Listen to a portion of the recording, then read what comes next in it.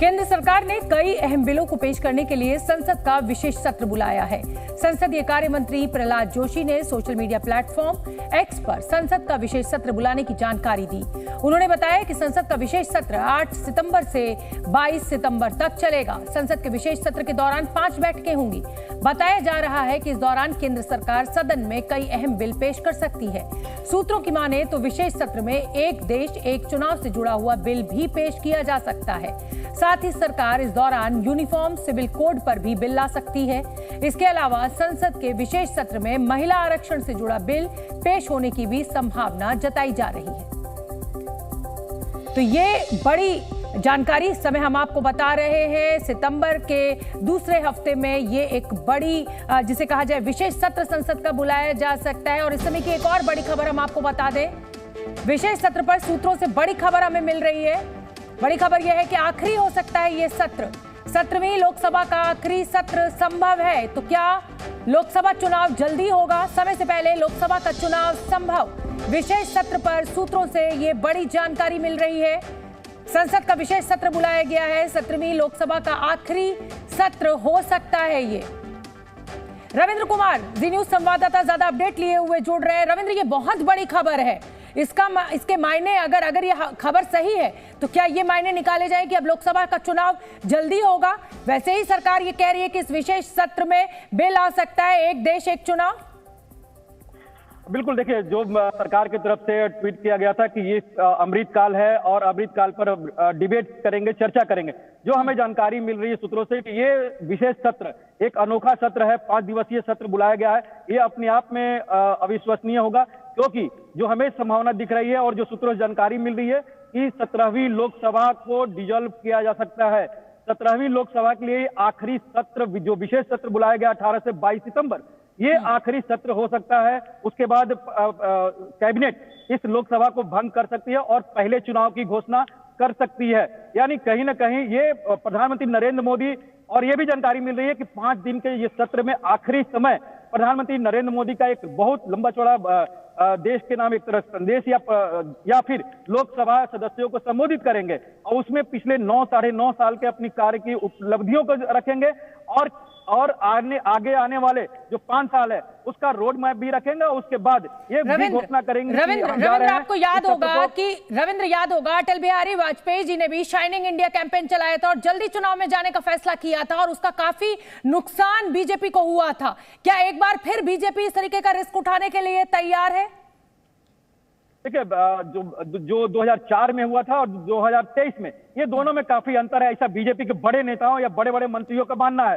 वो shining India की बात थी, हम गरीबों की बात कर रहे हैं, हम ओबीसी की बात करते हैं, हम दलितों की बात करते हैं, और जितने 100 से ज्यादा हमारी योजना है ये कहीं ना कहीं केंद्रित है, महिलाओं के ऊपर है, ओबीसी दलितों के ऊपर है, किसानों के ऊपर है, मजदूरों के ऊपर है। ना कि एक शाइनिंग दिखा रहे हैं। जो काम तो हुआ था, उस समय भी बहुत काम हुआ था, लेकिन वो जमीन पर नहीं उतरा था। पिछले साढ़े 9 साल में संगठन के जरिए खुद प्रधानमंत्री नरेंद्र मोदी ने गांव-गांव तक, हर व्यक्ति तक सरकार की उपलब्धियों को पहुंचाया है। तो दोनों में काफी अंतर है और माहौल चूंकि अनुकूल है, ऐसा मानना है बीजेपी के बड़े नेताओं का। और जो सूत्र कह रहे हैं, इसी वजह से ये सत्र आखिरी सत्र हो सकता है और लोकसभा को डिसॉल्व करके नए चुनाव की घोषणा की जा सकती है। लेकिन उसके पहले मैं बार बार बोल रहा हूं कि प्रधानमंत्री नरेंद्र मोदी जब 5वां दिन होगा 22 तारीख को, आखिरी समय में लंबा चौड़ा भाषण देंगे। 7 महीने मार्च अप्रैल में चुनाव होता। 23 मई को शपथ ली गई थी, जहां तक मेरी याददाश्त मेरे साथ दे रही है। दूसरी विधानसभा 2019 में जब दूसरी लोकसभा जब शुरू हुई थी तो 23 मई का शायद वो दिन था। 7 महीने पहले चुनाव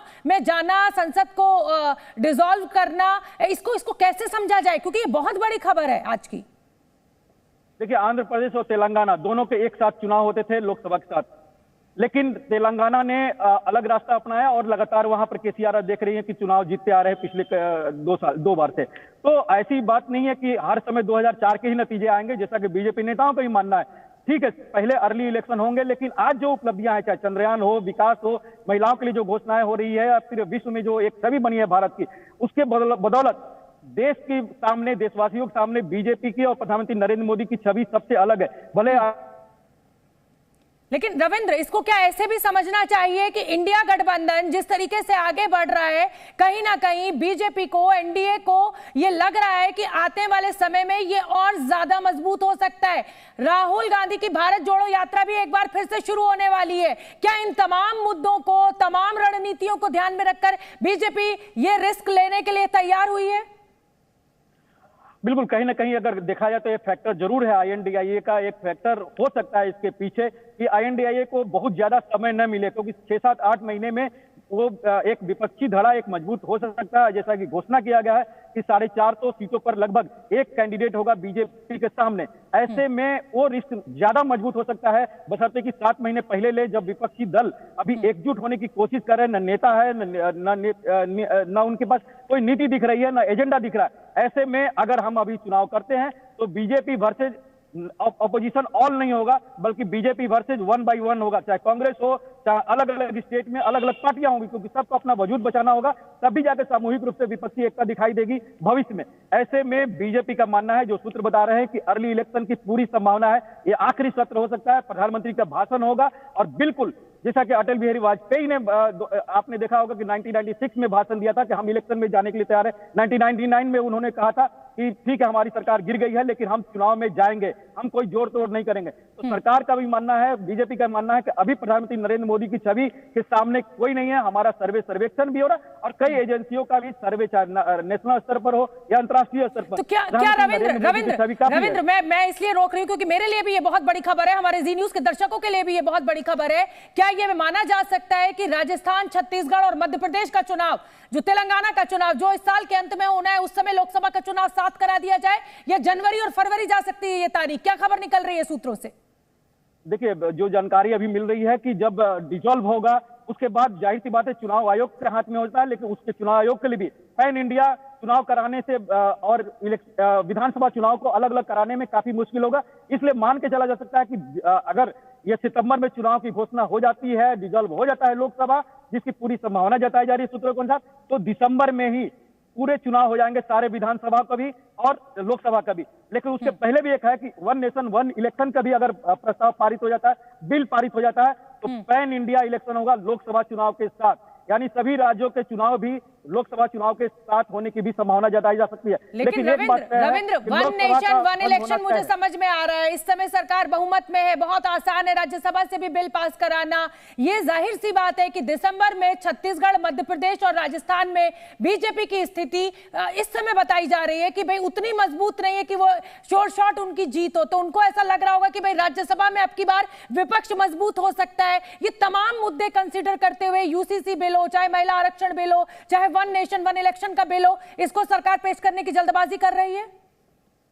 बिल्कुल, अगर लोकसभा भंग करने की पूरी तैयारी कर ली गई है, जिसकी संभावना 100% दिख रही है, ऐसे में जाहिर सी बात है ये फैक्टर भी है कि राजस्थान में बीजेपी अभी उस मुकाम पर नहीं पहुंची है, मध्य प्रदेश में भी काफी मुश्किल हो रही है, छत्तीसगढ़ में भी काफी मुश्किल हो रही है।